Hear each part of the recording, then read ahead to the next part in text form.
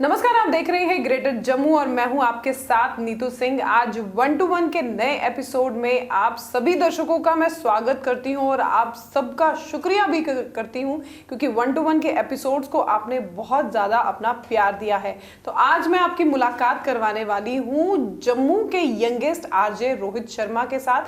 फिलहाल ये जम्मू के नहीं है, ये बिलावर के रहने वाले हैं, लेकिन अब ये जम्मू में आ चुके हैं और इनका आरजे का सफ़र कैसे शुरू हुआ और इतनी छोटी उम्र में, महज 21 साल की उम्र में ये आरजे क्यों बने, जानते हैं इन्हीं से, इन्हीं की जुबानी इनकी कहानी। रोहित है, राहुल है, रोहित ग्रेटर जम्मू के चैनल में आपका स्वागत है। Thank you so much for inviting. मिर्ची 98.3 में आप यंगेस्ट आरजे हैं, तो क्या शुरू से ही आरजे बनना चाहते थे? यही एम बना लिया था? हाँ, मतलब था। मैंने अगर से पूरी हिस्ट्री बताऊं तो मैंने 6th में पहली बार रेडियो सुना। और तब हमारे वहाँ पे जलंधर का रेडियो चलता था, तो वहाँ पे मैंने आरजे की आवाज़ सुनी तो मेरे को लगा यार ये काम भी अच्छा है, मैं कर सकता हूँ, मज़ा आएगा। बट उस टाइम पे ना स्मार्टफोन्स नहीं थे तो इतना पता नहीं था, तो मेरे को लगा यार जैसे एक्टर बनना पड़ता है ना मुंबई जाके, वैसे मेहनत करनी पड़ती है, मुंबई जाना पड़ेगा, कहाँ घर वाले भेजेंगे, छोड़ो पर है। फिर 9th-10th में भैया जम्मू आए थे पढ़ाई करने के लिए, तो मैं जम्मू आया तो मैंने रेडियो चलाया और मैंने देखा यहाँ पे अलग लोग बोल रहे हैं। ओह ये क्या हो गया। तो फिर मैंने थोड़ी सी रिसर्च की और मुझे पता यार चला कि यार तुम अपने शहर में भी आरजे बन सकते हो। फिर वहाँ से तो हो गया कि अब तो आरजे ही बनना है। एंड देन मिर्ची का एक कॉन्टेस्ट होता है जिसका नाम है माइका जैक्सन, तो मैंने वो जीता था। फिर मुझे इंटर्नशिप करने का मौका मिला, मैं अपने कॉलेज के लास्ट ईयर में था तब, और जैसे वो ख़त्म हुआ तो वैकेंसी आई तो जॉब लग गई, बहुत बार रिजेक्ट होने के बाद। हाँ, ये मैं आपको बता, हमें भी कुछ सोर्सेज से पता चला हर जो रेडियो स्टेशन में आप रिजेक्ट जरूर हुए। हाँ, मैं मिर्ची में 3 बार रिजेक्ट हुआ बाहर तो बात की बात है, कई बार एज की वजह से, कई बार कंटेंट अच्छा नहीं है, बट फाइनली दे सेड कि हाँ ठीक है अब हो गया, अब तेरे को आरजे बना सकते हैं। अच्छा, आरजे जब हम बनते हैं ना तो हमारे माइंड में ये होता है कि आपकी आवाज़ जो होती है, लोग तो आपको सुनते ही हैं। हाँ। अब तो वो टाइम चेंज हो गया, अब तो डिजिटल आरजे भी आजकल डिजिटल रेडियो भी आ गया है जिसके माध्यम से लोग देख भी लेते हैं कि हमारे आरजेज ऐसे हैं। नहीं तो अक्सर पहले जब अगर कुछ समय पहले की बात की जाए, कोविड से पहले की बात की जाए, तो शायद ही लोगों को पता होता था कि आरजे है। क्या आवाज़ के ऊपर कुछ खास वर्क करना पड़ता है आपको? देखो यार, आवाज़ तो ऊपर वाले ने जैसी दी है वो वैसी रहेगी, आप काम तो नहीं कर सकते। आवाज़ मैटर करती है, बट उसके अलावा ना आपका कंटेंट बहुत ज़्यादा मैटर करता है। आप क्या परोस रहे हो, जो लोग आपको सुन रहे हैं। सो अगर आप उनकी बात कर रहे हो, रिलेटेबल बात कर रहे हो, जिससे उनको लग रहा है कि ओह मेरी बात हो रही है, तो उनकी अटेंशन खुद ब खुद चली जाएगी और वो आपको याद रखेंगे कि यार मेरे घर में प्रॉब्लम थी, इलेक्ट्रिसिटी नहीं आ रही थी, रोहित ने बात करी थी, तो हाँ वो बंदा है। तो वैसे भी एक कनेक्शन बन सकता है। आवाज़ इज़ अ प्लस पॉइंट, और ऑब्वियसली लोग आवाज़ तो याद रखते ही हैं। आवाज़ तो याद रखते हैं। तो कितना टफ रहता है कि जो लोग सिर्फ आपको सुनते हैं, जिन्होंने आपको देखा नहीं हो, उनके साथ बातचीत करना, क्योंकि अक्सर देखा जाता है कि हम जिन्हें जानते नहीं उनके साथ बातचीत करने में थोड़ी हेजिटेशन सी आती है।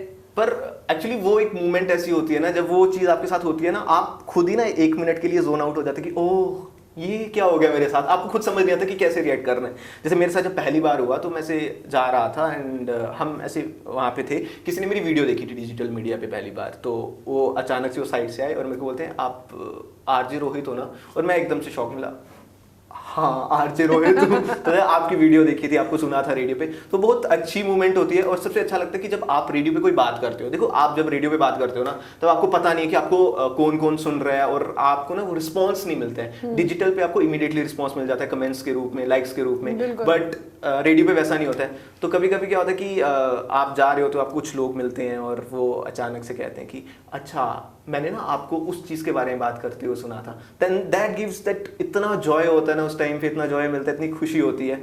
तो हाँ, फिर वो धीरे धीरे आदत हो जाती है। स्टार्ट में मुश्किल होता है बट फिर आदत हो जाती है। तो यंगेस्ट आरजे हो, तो जब ये सफ़र शुरू हुआ तो इस सफ़र में कितनी ज़्यादा चैलेंजेस थे आपके लिए? क्योंकि इससे पहले भी और जम्मू में और भी बहुत सारे आरजेस हैं जिन्होंने काफ़ी नाम कमा लिया अपना। चैलेंजेस तो मतलब चैलेंजेस तो नहीं मैं कहूँगा, ये जस्ट लाइक कि कभी मुझे बस ये था कि मुझे ये करना है, मुझे लोगों में पहचान बनाने की, हाँ एक रोहित नाम का भी बंदा है जो रेडियो पे बोलता है, तो मैं वही लेके चला था। बाकियों के साथ आई वॉज लाइक हाँ ठीक है होंगे, कुछ को मैंने सुना था, बहुत चेरिश करता हूँ मैं उनको एंड बहुत सीखा उनसे।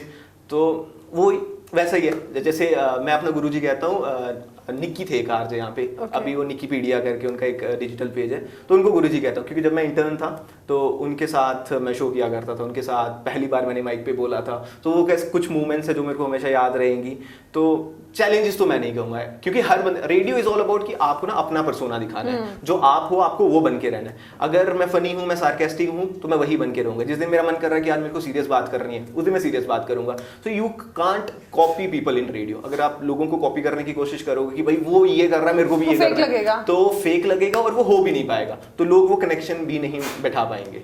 तो मतलब जैसे आपका नेचर था आपको वैसे ही जॉब मिल गई? हाँ बिल्कुल वही जॉब मिल गई। मेरे घर वाले तो कहते हैं कि इतनी बातें करता तेरे को तो बातों करने के पैसे मिल रहे हैं। सो थोड़ा सा टॉन्ट में कहते हैं, बट वो भी sarcastic वे में हो जाता है। तो जब आरजे बने और अपने पेरेंट्स को जब आपने अपनी पहली बार आवाज सुनाई, उन्होंने जब रेडियो पे आपकी आवाज सुनी तो उनका रिएक्शन क्या था? Kind of mixed reaction.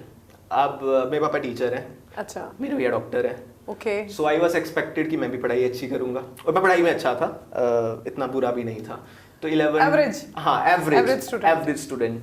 तो 11-12 में अच्छा चल रहा था, और फिर मेरे ऊपर ना चैलेंज मेरे ऊपर एजुकेशन को लेके था। रेडियो में चैलेंज नहीं था मेरे लिए। तो जब मेरे भैया जिस स्कूल में थे या जिस इंस्टीट्यूट में थे वो वहाँ पे टॉपर थे, तो अब मैं गया तो मेरे आ रहा है 5वां रैंक, 10वां रैंक, कभी 15वां आ रहा है, तो मैं ऐसे फ्लक्चुएट कर रहा हूँ। तो मेरा देख तेरा भाई टॉपर था, तू क्या कर रहा है, तेरा भाई टॉपर, वो प्रेशर बना। हाँ वो प्रेशर बना। और एक टाइम पे मैं छोड़ो पर है यार, मेरे को तो आरजे बनना है, क्यों करनी है ज़्यादा मेहनत। तो अभी भी घर वाले कभी कहते हैं कि भर ले सरकारी नौकरी का फॉर्म है यार, तू हमें पता है 3 महीने पड़ेगा तो हो जाएगा। वो टिपिकल माइंडसेट जो है यहाँ पे। और उनको ना एक्चुअली ये चीज़ है कि ज़्यादा समझ नहीं आते कि अपना काम क्या है, हम कैसे कर रहे हैं, क्या कर रहे हैं। उनको ये कि हम बस रेडियो पे बोलना है, तो वो है। और उन्होंने कभी सुना नहीं मेरे को, बेसिकली कभी भी सुना नहीं है, क्योंकि वो खुद बिलावर में रहते हैं, जम्मू आए नहीं है। तो जब से मैं आरजे बना तब से तो आए नहीं है, हाँ। तो उन्होंने कभी सुना नहीं है मेरे को, बस डिजिटल वीडियोस देखते हैं, बस वही है। और जब मैंने उनको बताया कि आरजे बनकर, बोला छोड़ पड़ा यार, ड्रॉप कर ले। सिविल की तैयारी कर, हो जाएगा देर से। बट हाँ, थोड़ा भैया ने सपोर्ट करा कि हाँ जाने दो, जॉब लगी हुई है, सो आई एम हियर। रोहित, इतने सारे रिजेक्शंस मिलने के बाद फिर भी you stood on your words कि मेरे को आरजे बनना है। लेकिन मैक्सिमम आजकल यूथ की बात की जाए ना, तो शायद एक बार रिजेक्शन या 2 बार रिजेक्शन के बाद वो अपना फील्ड ही वो त्याग देते हैं। वो कहते हैं हमें इसमें नहीं जाना, हम कहीं और जो है कोशिश करेंगे। तो ऐसा कभी मन में आया कि अब तो मेरे को इतनी बार रिजेक्ट कर दिया गया, नहीं यार ये शायद मेरे लिए नहीं है? मैं थोड़ा डीट हूँ। मेरे साथ ऐसे कि जो चीज़ मेरे को लगती है ना कि यार ये मेरे से नहीं हो पा रही है, मतलब ये तो करनी है। सो मुझे मैंने 11th में थोड़ा लिखना स्टार्ट करा था, तो तब तो इतना अच्छा नहीं लिखा जाता था ऑब्वियसली है। तो फिर मैंने सोचा कि अब तो अच्छा राइटर बनना ही बनना है, तो मैंने 6 साल कंटिन्यूसली मेहनत करके अच्छा राइटर बन गया। अब मेरे को आरजे बनना था तो बनना ही बनना था। अब यहाँ पे बात आती है, जैसे हम बात कर रहे थे पेरेंट्स की कि पेरेंट्स का कैसा रिएक्शन था। तो जब मैंने पहली बार घर वालों को बोला कि मुझे आरजे बनना है, आई रिमेंबर मैंने अपने भाई को बोला था, और मैं ना ऐसे सीढ़ियों पे बैठा हुआ था ऊपर और भैया नीचे थे। तो भैया बोलते क्या करना है जिंदगी में। 12th का रिजल्ट आया था और मेरा नीट नहीं हुआ था, तो मेरे को बोलते ड्रॉप करना है। मैं मना कर रहा था, मेरे को ड्रॉप नहीं करना है। तो क्या करना है जिंदगी में, मतलब मेरे को आरजे बनना है। लाइक तेरे को कौन आरजे बनाएगा? तो उसने बोला अब तो बन के ही दिखाऊंगा। छोटे बच्चे वैसे भी लाडले होते हैं, तो वो उसका फायदा नहीं हुआ? मैं नहीं था, नहीं थे, मैं नहीं। बड़ा भाई लाडला था। हाँ, बड़े भैया डॉक्टर। हाँ, वो था ना थोड़ा स्टेटस का।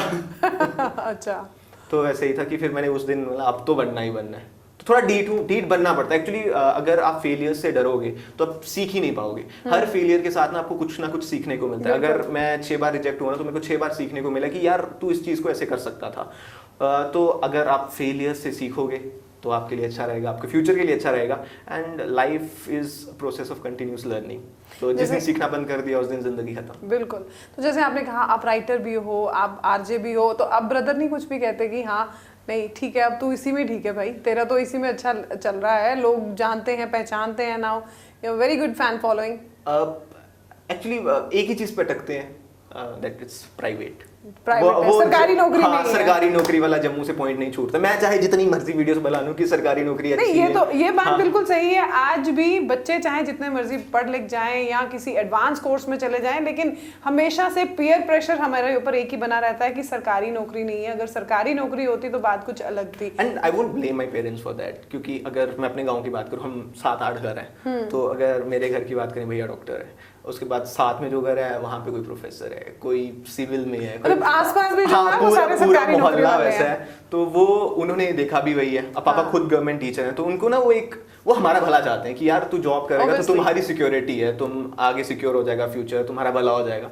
बट कहीं ना कहीं वो हमारा पॉइंट नहीं समझ रहे हैं कि मेरे को तो ये काम पसंद है ना, तो मुझे इसमें मजा आ रहा है, तो मुझे करना है, तो कुछ तो कर लूंगा। ये बहुत सही बात है आपकी कि पेरेंट्स कभी भी आपका बुरा नहीं चाहते, वो आपको इसलिए प्रोवोक करते हैं क्योंकि वो उन लोगों ने जो हार्ड टाइम देखा होता है, उनकी यही इच्छा होती है कि जो मुश्किल वक्त हमने देखा है हमारे बच्चे जो हैं वो ना ऐसा वक्त देखें, इसलिए शायद वो हमें टोकते हैं या किसी चीज के लिए मना करते हैं।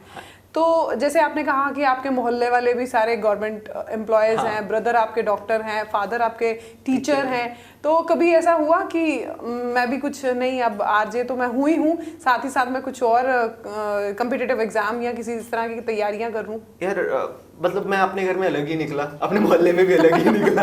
तो मेरा ना थोड़ा सा मूडी आदमी है, ऐसा नहीं है कि मेरे को पढ़ना पसंद नहीं है, मैं अच्छा पढ़ता हूँ, मुझे पढ़ना पसंद है, पर थोड़ा मूडी हूँ। जैसे अगर मैं बात करूँ मुझे कोई चैप्टर पसंद नहीं आया तो मैं छोड़ दूंगा कि नहीं पढ़ना ही नहीं है। मजा नहीं आ रहा पढ़ने में, क्यों पढ़ना है। अच्छा। So I am more into creative things. तो कभी स्कूल में बोला नहीं ये चैप्टर मुझे पसंद नहीं है, काट दो इसको?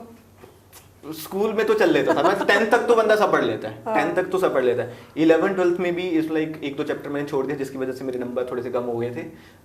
तो हाँ मतलब छोड़ देता हूँ मैं, पता नहीं, थोड़ा सा मूडी आदमी हूँ, तो थोड़ा क्रिएटिव साइड हो तो मुझे मजा आता है चीजें करने में। और सबसे बड़ी बात होती है कि जब आप क्रिएटिव फील्ड में होते हैं ना, आपको बहुत चैलेंजेस मिलते हैं, एंड आई लव चैलेंजेस। जैसे अगर किसी ने बोला कि ये चीज करनी है तो ठीक है, थोड़ा दिमाग लगेगा, थोड़ी मेहनत लगेगी, मजा आएगा करने में। उसके बाद जब आप उस चीज को अचीव करते हो ना, तो वो एक सेटिस्फेक्शन मिलती है। तो मुझे आई क्रेव फॉर दैट। अगर वो चीज मेरी जिंदगी में नहीं होगी तो फिर मतलब एक तरह से जिंदा लाश हो जाऊंगा। एक स्लैंग आप यूज करते हो जब आप रेडियो में लोगों के साथ मुखातिब होते हो, तो वो स्लैंग आप हमें एक बार सुनाएं, हमारे दर्शकों को सुनाएं, जो लोग जो आपको सुनते हैं और जिन्होंने सिर्फ आपको अभी तक रेडियो पे ही सुना है। तो मैं शुरुआत ऐसे करता हूँ कि 98.3 मिर्ची से जम्मू में हूँ आपके साथ आज रोहित। महाराज क्या हालचाल। 5 से 9 आपके साथ रहने वाला हूँ 98.3 मिर्ची पर। फुल ऑन एंटरटेनमेंट होने वाली है, क्रेजी बनती होने वाली है, ढेर सारी बातें होने वाली हैं, देश दुनिया में क्या चल रहा है उसके बारे में बात करने वाले हैं, अपने जम्मू में क्या चल बारे में बात करने वाले हैं, साथ ही साथ फन गेम्स होने वाली हैं। देखो मुझे पता है आप इस वक्त ऑफिस की तरफ से घर जा रहे हो, सो अगर कोई भी दिक्कतें हुई है ना ऑफिस में, तो महाराज मिकी पास फोन करना तो है, 0191246098 स्टूडियो का नंबर है, यहाँ पे कॉल करो। एंड कोई भी फिकर फाका हुआ है मेरा कहना है शेयर करो, चिंता नहीं करनी, वीर थोड़ा बैठा। बाकी सुनते रहो 98.3 मिर्ची, इट्स हॉट। तो ज्यादातर तो लड़कियों के कॉल्स आते होंगे? नहीं ऐसा नहीं है, मिक्स कॉल्स आती है। तो कभी कोई ऐसा इंसिडेंट हुआ? मुझे ना एक बार एक लड़की की कॉल आई थी। I am blessed actually, I feel my self a lot blessed. मैं वो कर रहा हूँ जो मुझे अच्छा लगता था, और मुझे ऐसा लगता है कि मेरे पास एक ऐसी चीज़ है ना जो पूरे जम्मू में या बहुत सारे लोगों के पास नहीं होगी। मेरा जब भी मूड खराब होता है, मेरे को कुछ भी होता है ना कि कुछ भी कहना है, तो मैं माइक पे जाके बोल देता हूँ बिना किसी जजमेंट का, फेयर, कुछ डर नहीं होता। तो दिल का उबाल निकाल, हाँ दिल का उबाल सब निकाल देता हूँ। अगर मैं थोड़ा सा स्ट्रेस्ड हूँ तो मैं अपना स्ट्रेस जाके बोल दूंगा, मुझे पता है लोग सुन रहे हैं, तो आपको ना वो जजमेंट का फेयर नहीं रहता कि ओ ये पता नहीं क्या कहेगा या वो कहेगा। तो आई फील ब्लेस्ड। तो कई बार ऐसा होता है कि इस बार जो न्यू ईयर था, तो जिस दिन न्यू ईयर था उस दिन मेरी मामू की हेल्थ थोड़ी सी खराब थी, so we were in hospital. मेरा न्यू ईयर बहुत ऐसे खराब सा चल रहा था। मैं ऑफिस पहुंचा 5 बजे, मैंने शो स्टार्ट करा, एक लिंक करा, दूसरा लिंक करा, तीसरा लिंक करा, तो मैंने न्यू ईयर के बारे में बात की। एंड देन मुझे एक कॉल आया, उन्होंने ऐसे बात करी मेरे से, इतने प्यार से बात करी, और आई जस्ट फेल्ट इतना अच्छा लगा ना मेरे को। मेरा वो पूरा जो मूड खराब चल रहा था वो ठीक हो गया। उन्होंने मुझे बता दिया कि आपको रोज सुनते हैं, आप ये गेम खेलते हो, आप ऐसे करते हो, बड़ा मजा आता है आपके सुन के, मेरे घर वाले भी सुनते हैं। सो आई जस्ट फील कि I am blessed in that way कि मैं वो जॉब कर रहा हूँ जो मुझे करनी थी, और लोग इतना सारा प्यार भी दे रहे हैं। आगे क्या सोचा है? आगे भी आज ही को कंटिन्यू करोगे? अभी तो यही सोचा है, थोड़ा बहुत लिखना और बाकी आज ही। तो गवर्नमेंट जॉब नहीं सोची? गवर्नमेंट जॉब नहीं सोची है। गवर्नमेंट जॉब में किक नहीं है। सही बात है, गवर्नमेंट जॉब में किक नहीं है, क्योंकि आपको सुबह 10 बजे से लेकर 5 बजे तक गवर्नमेंट जॉब तो करनी ही करनी है, लेकिन जो आपके दिल की तमन्नाएं होती है ना, वो काफ़ी हद तक ख़त्म भी हो जाती है। तो ये हमेशा से पर्सपेक्टिव रहना चाहिए कि अगर आपकी कोई ड्रीम जॉब है तो उससे ज़रूर करें। अगर आपकी फैमिली नहीं समझती है तो उनके अगेंस्ट ना जाएं, उन्हें समझाएं, उन्हें अपनी ड्रीम के बारे में बताएं। आई एम श्योर कोई भी पेरेंट ऐसा नहीं होता जो अपने बच्चों को साकार करने के लिए उनकी मदद नहीं करता। तो आज मैंने आपकी मुलाकात कराई आरजे रोहित शर्मा के साथ, यंगेस्ट आरजे हैं, और बातचीत करके बड़ा मजा आया। और सबसे बड़ी बात, जिंदा दिल इंसान है और जो करना चाहते हैं उसके लिए फोकस्ड है। गवर्नमेंट जॉब के लिए पेरेंट्स ने बहुत कहा लेकिन मानी नहीं, जॉब आरजे की। तो आज साइन ऑफ मैं नहीं करूंगी, आज साइन ऑफ करेंगे रोहित शर्मा हमारे साथ। तो रोहित शर्मा, आज आप साइन ऑफ ग्रेटर जम्मू के लिए कीजिए। मैं एक छोटी सी बात नहीं कह के साइन ऑफ करूंगा। जैसे आपने कहा कि पेरेंट्स हमेशा भला चाहते हैं, उनके अगेंस्ट ना जाएं। मैं बस इतनी सी बात कहूंगा यार, थोड़ी सी ना शुरू में दिक्कत होती है, बट वंस दे सी कि तुम सेटल डाउन कर रहे हो अच्छे से, वो खुद तुम्हें सपोर्ट करना स्टार्ट कर देंगे। धीरे धीरे मेरे को भी करना स्टार्ट कराया उन्होंने अब जाके। बट हाँ, तो अगेंस्ट जाने की जरूरत नहीं है। थोड़ी सी कोशिश करो उन्हें अपना पर्सपेक्टिव समझाने की और उनका पर्सपेक्टिव समझो। जब तक आप उनका पर्सपेक्टिव नहीं समझोगे वो आपका नहीं समझ पाएंगे। एंड इसी के साथ मैं कह रहा हूं आपको ग्रेटर जम्मू से ओके, टाटा बाय बाय। इसके बाद मिलूंगा मैं आपको 98.3 मिर्ची पर। एंड उसके बीच में अगर आपने मुझे कुछ कहना है देन इंस्टा पर मिल जाऊंगा मैं मिर्ची रोहित के नाम से। And thank you so much Neetu ma'am invite करने के लिए, थैंक यू सो मच।